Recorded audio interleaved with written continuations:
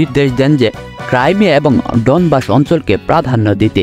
জার্মানির এই কৌশলে সোভিয়েত ইউনিয়ন অনেকটা হতভম্ব হয়ে যায়। সেপ্টেম্বরের শেষ নাগাদ কিয়েভ দখল করে হিটলার বাহিনী এবং 6.5 লাখের বেশি রাশিয়ান সৈন্য নিহত এবং আটক হয়। সেপ্টেম্বরে সমগ্র রাশিয়া থেকে লেনিনগ্রাদকে বিচ্ছিন্ন করে অবরোধ করে রাখে জার্মান সৈন্যরা, কিন্তু লেনিনগ্রাদ নিয়ন্ত্রণে নেবার মতো শক্তি অনেকটা স্তিমিত হয়ে গেছে জার্মান সৈন্যদের।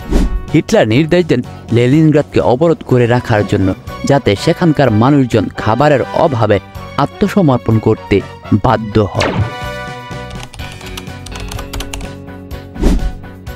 অক্টোবর মাসের গোড়ার দিকে হিটলার মস্কো শহর দখল করার জন্য পুনরায় অভিযান শুরুর নির্দেশ দেয়। এ অভিযানের নাম দেয়া হয় অপারেশন টাইফুন।